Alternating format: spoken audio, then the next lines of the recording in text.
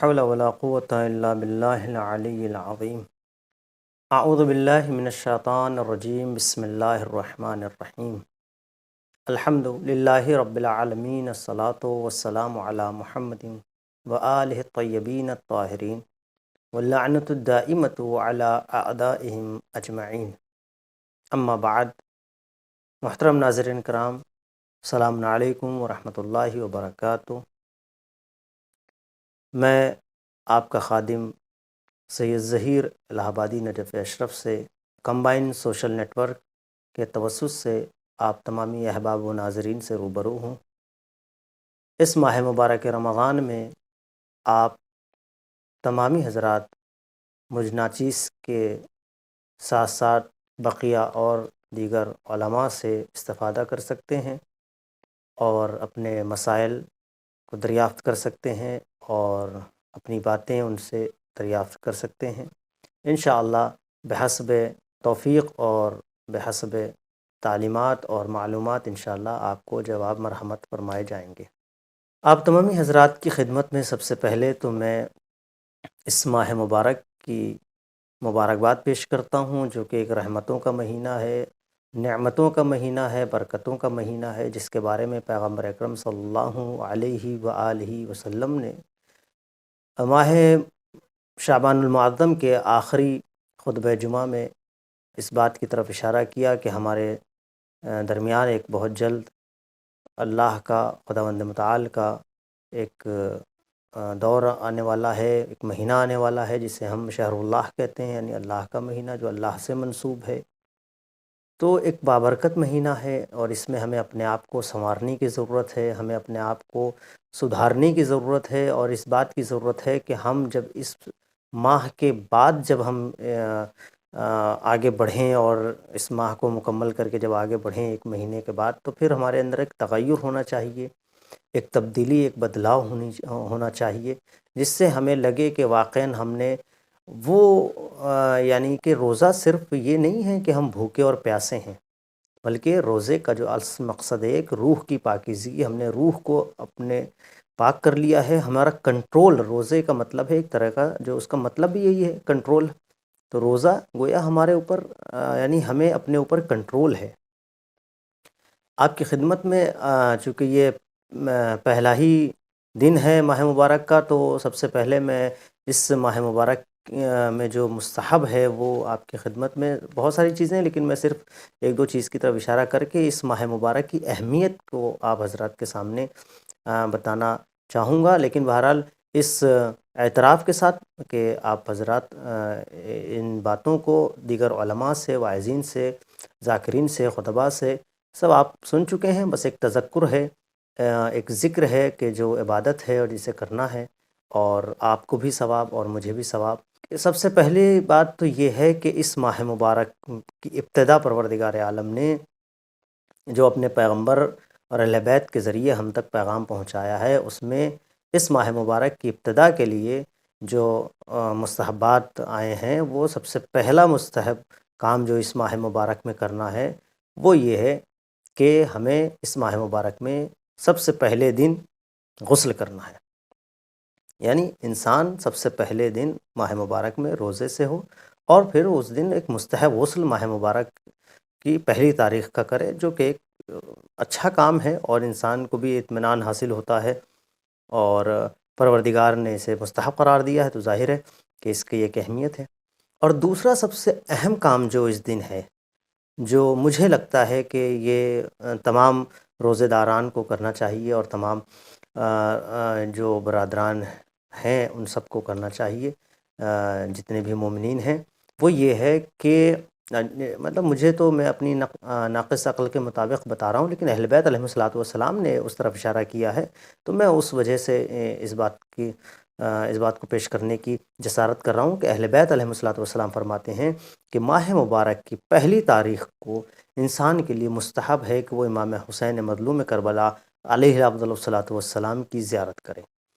اگر وہ یہاں پر ہیں، مثلا جہاں پر پروردگار کی عنایت اور عطا سے حقیر موجود ہے، مثلا نجف اشرف میں، تو کوشش ہے کہ ہونی چاہیے کہ وہ کربلا جائے. اگر نہیں بھی جا سکتے ہیں تو پھر کم سے کم امام کی زیارت ضرور پڑھیں، چاہے زیارت عاشورہ پڑھیں، چاہے زیارت وارثہ پڑھیں، لیکن امام کی زیارت پڑھیں اور 2 رکعت نماز امام کو ہدیہ کریں، تاکہ ہمارے لیے ایک اچھا سلسلہ شروع ہو، ایک خوبصورت سا سلسلہ ہو اس ماہ مبارک میں۔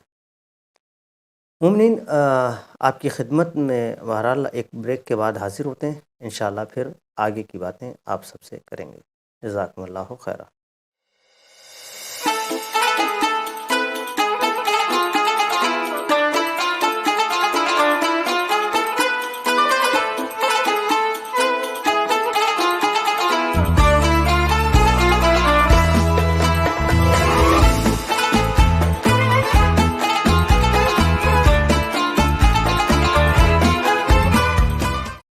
جی السلام علیکم ورحمۃ اللہ وبرکاتہ۔ ایک مرتبہ پھر آپ تمامی حضرات کی خدمت میں حاضر ہیں بریک کے بعد، اور آپ تمامی حضرات کی خدمت میں میں نے ماہ مبارک رمضان کے کچھ مستحب اعمال بیان کیے، جو مستحب چیزیں ہیں کرنی چاہیے۔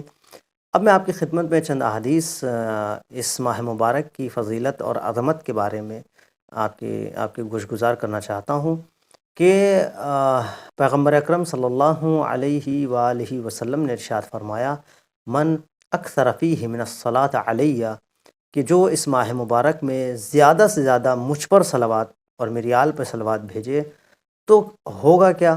ثقل اللہ میزانہ یوم تخف الموازین، کہ جس دن تمام کائنات کے نامہ اعمال سبک ہوں گے، ہلکے ہوں گے، بے وزن ہوں گے، اس دن اس کا نامہ اعمال، اس کا میزان، اس کا یعنی اعمال کا ترازو جو ہے وہ وزنی ہوگا۔ یعنی اس کا مطلب اس ماہ مبارک میں ایک اور بہترین کام یہ ہے کہ زیادہ سے زیادہ، یعنی جو انسان کچھ نہیں کر سکتا، بہت زیادہ نمازیں نہیں پڑھ سکتا، دعائیں نہیں پڑھ سکتا، مثلا ایک انسان ہے کہ جو مثلا وہ روزہ تو رکھ رہا ہے لیکن وہ اتنی نمازیں نہیں پڑھ سکتا، یا اتنی دعائیں نہیں پڑھ سکتا، اتنی مثلا قرآن نہیں پڑھ سکتا، جبکہ قرآن بہرحال اس ماہ مبارک میں پڑھنا چاہیے اور زیادہ سے زیادہ پڑھنا چاہیے، اور پڑھتے ہیں بہرحال لوگ۔ تو اس کے لیے ایک بہترین چیز یہ ہے کہ وہ زیادہ سے زیادہ اہل بیت علیہ الصلوۃ والسلام پہ صلوات بھیجیں، کہ جس سے پروردگار عالم اسے ایک الگ ہی اجر عطا فرمائے گا۔ دوسری چیز، امام جعفر الصادق علیہ الصلوۃ والسلام نے ایک مقام پر ارشاد فرمایا، عام طور پر ہمارے یہاں کا ماحول یہ ہے کہ ہم عام طور پر اپنی زبان میں یہ کہتے ہیں کہ بھئی رمضان آ گیا، یا رمضان چلا گیا، یا رمضان چل رہا ہے۔ اس چیز کے لیے ائمہ علیہ الصلوۃ والسلام نے سخت منع کیا ہے۔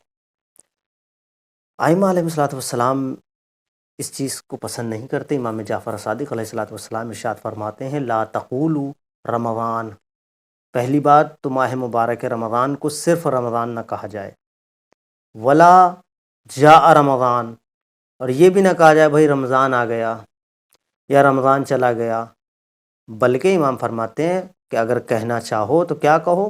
شہر رمضان، ماہ مبارک رمضان۔ کیوں؟ فَإِنَّكُمْ لَا تَدْرُونَ مَا رمضان، کیونکہ تم کبھی سمجھ ہی نہیں سکتے کہ ماہ مبارک رمضان ہے کیا۔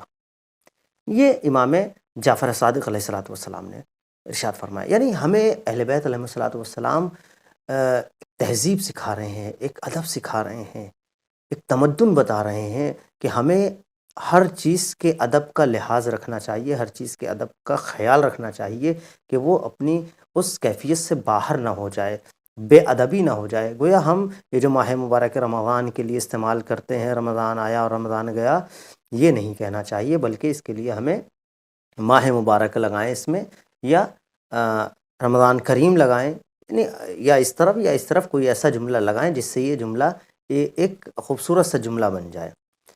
بلکہ اور ایک چیز جو اس ماہ مبارک میں پروردگار عالم نے امت پیغمبر صلی اللہ علیہ وآلہ وسلم کو عطا کیا ہے، وہ بہت ہی اہم چیز ہے۔ رسالت مآب صلی اللہ علیہ وآلہ وسلم ارشاد فرماتے ہیں کہ اعطیت امتی فی شہر رمضان، میری امت کو ماہ مبارک رمضان میں 5 خصلتیں، 5 عادات ایسی ملی ہیں، 5 خصلتیں ایسی ملی ہیں، لم یعطاہا احد قبلہم، کہ ان سے پہلے کسی بھی امت کو لم یعطاہا احد قبلہن، ان سے پہلے کسی بھی امت کو یہ 5 خصلتیں نہیں ملی۔ وہ خصلتیں کیا ہیں؟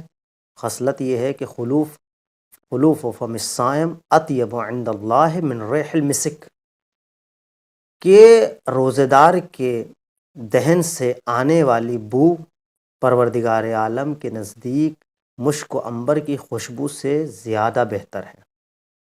ایک دوسری بات، وَتَسْتَغْفِرُ اللَّهُ الْمَلَائِكَةَ حَتَّى يَفْطُرَ، اور اس روزے دار کے لیے ملائکہ استغفار کرتے رہتے ہیں یہاں تک کہ وہ افطار نہ کر لے۔ اور اس کے بعد وَتُصَفَّدْ فِيهِ مَرَضَةُ الشَّيَاطِينِ، اس ماہ مبارک میں شیطان قید کر دیے جاتے ہیں۔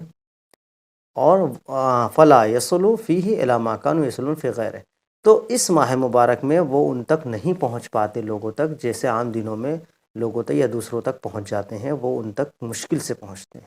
لیکن اس میں بھی شرط ہے۔ شرط کیا ہے؟